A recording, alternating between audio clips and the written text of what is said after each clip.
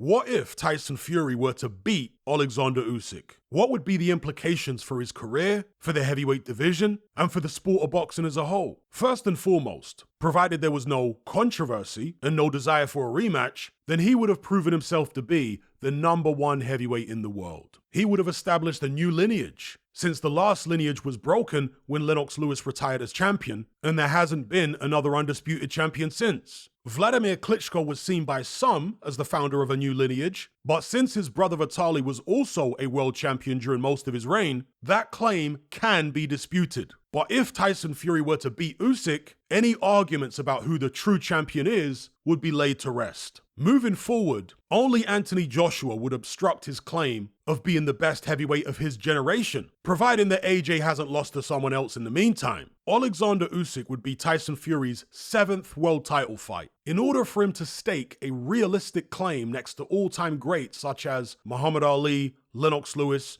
Evander Holyfield, and so on, he would not only need to beat Anthony Joshua, but also at least 5 or 6 of the leading contenders as well after that. Names such as Filip Hrgović, Frank Sanchez, Bakadir Jalolov, Martin Bakole, Jared Anderson, Zheli Zhang, and perhaps even Daniel Dubois. To put it in perspective, Muhammad Ali had well over 20 world heavyweight title fights. Evander Holyfield had 19, and Lennox Lewis had 17. If, after the Usyk fight, Tyson Fury were to fight AJ, followed by 6 top contenders, that would bring his total to 14, which would at least put him in the ballpark of the greats just mentioned. However, nothing in Tyson Fury's history suggests that he would even attempt to do such a thing. He's already said that if he beats Alexander Usyk, he intends to vacate 3 of the belts and just keep the WBC strap. This is very reminiscent of what Floyd Mayweather used to do. In order to avoid having back-to-back mandatories forced upon him, some of whom may have had styles that didn't suit him, Mayweather made the strategic choice not to pursue undisputed. Any additional belts that he did acquire would usually be swiftly discarded. He could then carefully select opponents that presented the best risk-reward ratio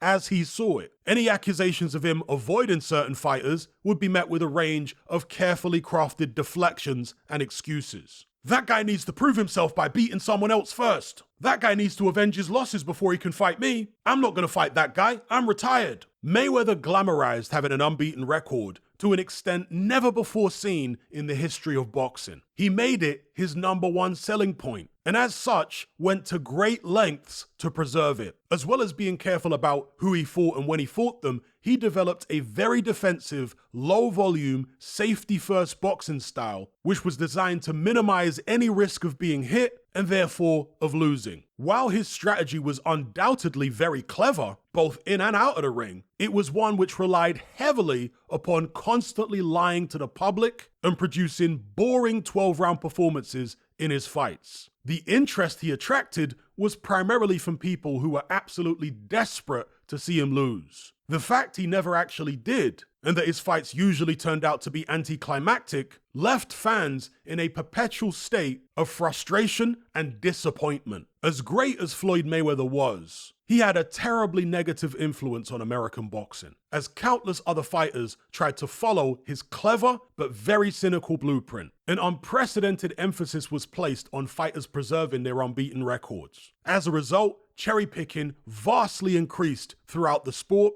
and boring, defensive boxing styles became more prevalent. It wasn't just Mayweather doing it anymore. Now, everyone was doing it. All of this served to turn fans away from boxing in their droves. Tyson Fury has been following a very similar blueprint since his comeback in 2018. To his credit, his fights, for the most part, have been far more entertaining than Floyd Mayweather's. Although, that probably has a lot to do with the fact that he's not as defensively skilled as Mayweather, so he tends to get hit more. And the huge size advantage he has over most of his opponents allows him to score more knockouts. But outside the ring, Tyson Fury's conduct is every bit as cynical as Money May. During his comeback in 2018, he turned down a chance to fight Anthony Joshua in favor of a far less lucrative fight with Deontay Wilder. He then made the perverse claim that Anthony Joshua had actually ducked him. Nearly every victory Tyson Fury has had over a dangerous opponent has been followed by farcical fights against low-tier opposition. Every credible victory is milked to such an extreme extent that the public might forgive him for the cherry picks that follow. However,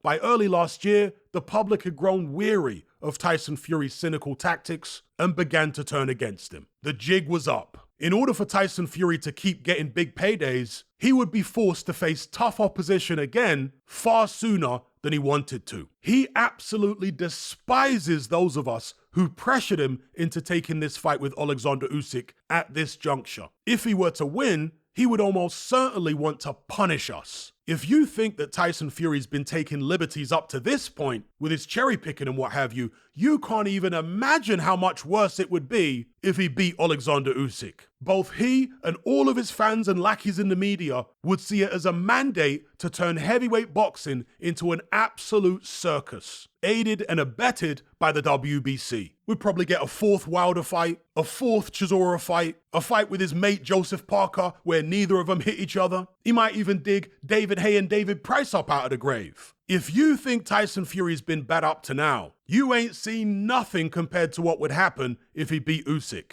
Dear, oh dear, oh dear. He would literally act like he need never fight an opponent with an actual pulse ever again. And he would expect pay-per-view blockbuster purses against bums for the rest of eternity. The implications for the heavyweight division would be absolutely horrific. Tyson Fury calls himself the greatest heavyweight of all time. And that's fine, as long as you're willing to back it up. But therein lies the problem. Fury wants the status of being called the greatest heavyweight of all time without having the depth of resume to justify it. And he has absolutely no intention of doing what's necessary to construct that kind of resume. Instead, he wants to milk his best wins to such an extreme extent that people forget about what he's been doing in between them. Now, I would love to be proven wrong, but that is what all of his history strongly indicates.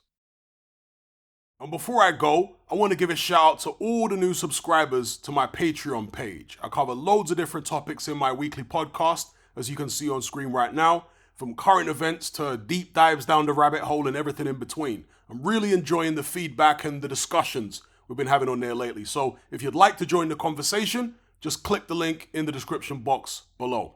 Are you sick and tired of the mainstream mindset? Does the dogmatic conformity and pathological ignorance have you tearing your hair out in frustration? Then don't be alone. Come and join our brotherhood on Patreon. We stand as a beacon of reason against an army of insanity. You'll gain access to my weekly topical podcast where we take more deep dives than Jacques Cousteau on an endless variety of subjects. There's also videos, interviews, live Q&As, as well as a vast back catalogue of previous episodes, including my popular Confessions of a Nightclub Bouncer series. You can listen via the Patreon app or download in high-quality MP3. Connect with myself and hundreds of other members in our Element chat group. There's no contract, no commitment, you can cancel at any time, and it's cheaper than a Mickey D's McMuffin. Just head to my Patreon page via the link below this video and select the tier called the Brotherhood of Reason. I'll see you over there.